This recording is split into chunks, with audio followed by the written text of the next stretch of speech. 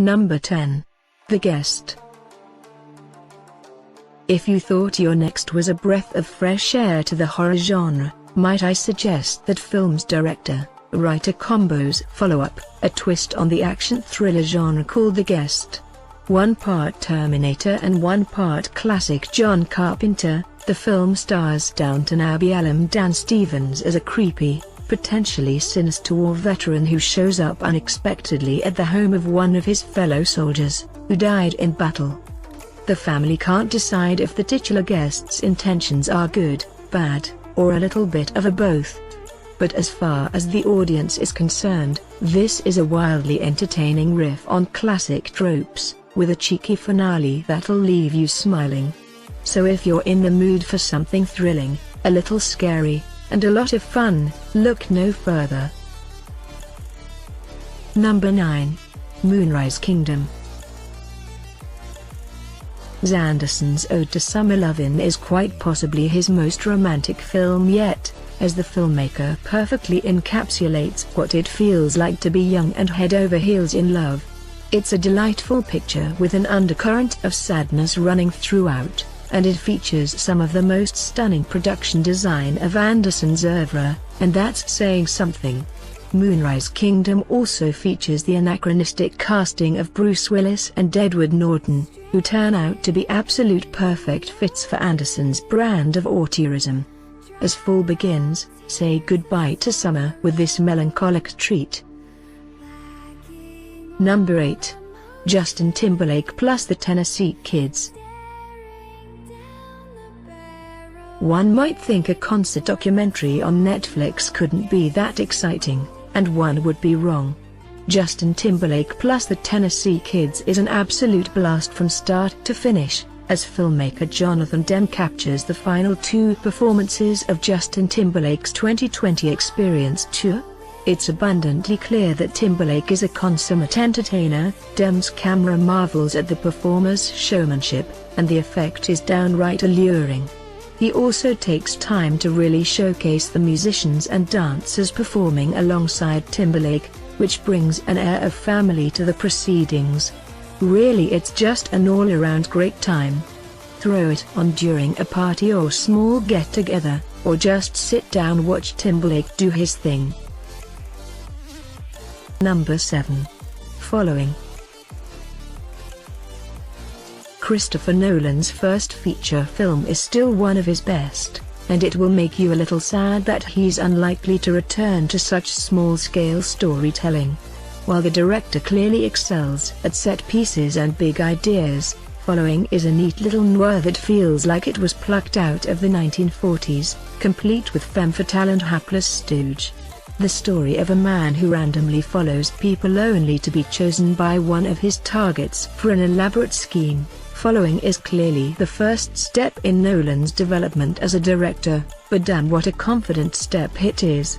You have no problem believing this is the work of a director who would go on to tell a story in reverse or use Batman as a parable for the war on terror. Number 6. Zootopia. Walt Disney Animation Studios found itself lagging behind when Pixar's track record was pristine, but look no further than Zootopia for evidence that the tables have turned. While Pixar is more hit or miss nowadays, Disney Animation is on a roll, with 2016 Zootopia proving to be a pleasantly surprising hit both commercially and critically. While talking animal stories have been done to death, Disney dared to use the colorful, vibrant, and diverse world of Zootopia to tackle issues of inherent bias and racial prejudice head-on, resulting in a viewing experience that's both entertaining and thought-provoking. The movie is funny and gorgeous, with top-notch world-building, but it also has something to say, which ensures that it's much more than a lazy cash grab. With any luck, this one's gonna have a lengthy shelf life. Number 5. Waitemata Tambien. Before he made Harry Potter and the Prisoner of Azkaban or Children of Men or Gravity, filmmaker Alfonso Cuarón directed the erotic masterpiece Waitemata Tambien. The Spanish-language coming-of-age drama follows two teenage best friends who go on a road trip with a woman in her late 20s, only to discover much more about each other and themselves. It seems like a trite premise, but the film is lovingly crafted and gorgeously shot by Oscar-winning cinematographer Emmanuel Lubezki. Karen captures teenage ennui brilliantly, and while this is a coming-of-age story, the focus isn't entirely on the young boys. Maribel Verdú's character is fully realized as Karen explores the anxieties and fears of adulthood, all set against the backdrop of a sunny, sex-filled road trip. This is undoubtedly one of the best films of the 21st century so far. Number 5. Waitemama También. Before he made Harry Potter and the Prisoner of Azkaban or Children of Men or Gravity, filmmaker Alfonso Cuarón directed the erotic masterpiece Waitemama También. The Spanish-language coming-of-age drama follows two teenage best friends who go on a road trip with a woman in her late 20s, only to discover much more about each other and themselves. It seems like a trite premise, but the film is lovingly crafted and gorgeously shot by Oscar-winning cinematographer Emmanuel Lubezki. Cuarón captures teenage ennui brilliantly, and while this is a coming-of-age story, the focus isn't entirely on the young boys. Maribel Verdú's character is fully realized as Cuarón explores the anxieties and fears of adulthood, all set against the backdrop of a sunny, sex-filled road trip. This is undoubtedly one of the best films of the 21st century so far. Number 3. 13th. Ava DuVernay follows up her acclaimed film Selma with a searing documentary that looks at the mass incarceration of minorities following the passage of the 13th Amendment. As the documentary points out, it's not just ingrained cultural racism that results in the widespread incarceration of African Americans and other minorities. There's a financial incentive as well, and it's good business to lock people up. 13th systematically goes through the decades following the passage of the 13th Amendment to show how black people were targeted by the media, by the government, and by businesses to create a new form of slavery. It is a movie that will infuriate you, depress you, and hopefully spur you to action against a system that done egregious harm to our fellow citizens. Number 2. Sing Street.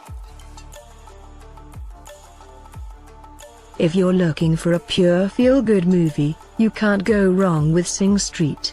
This 80s set musical, coming-of-age story hails from Once and Begin Again filmmaker John Carney and follows a young Irish boy who starts a band in order to impress a girl. In writing their original musical, they cover the various trends of the decade. There are songs that sound like Duran Duran and there are songs that sound like The Cure. At heart, it's a story about young love and discovering who you are while not shying away from the harsh realities of real life. The songs are genuinely great. The performances are incredible, especially from newcomer Lucy Boynton, and the ending is a humdinger. I dare you to watch this movie and not smile. Number 1. Pirates of the Caribbean: The Curse of the Black Pearl. Pirates of the Caribbean: Curse of the Black Pearl is a weird movie, and it's a movie everyone assumed would fail.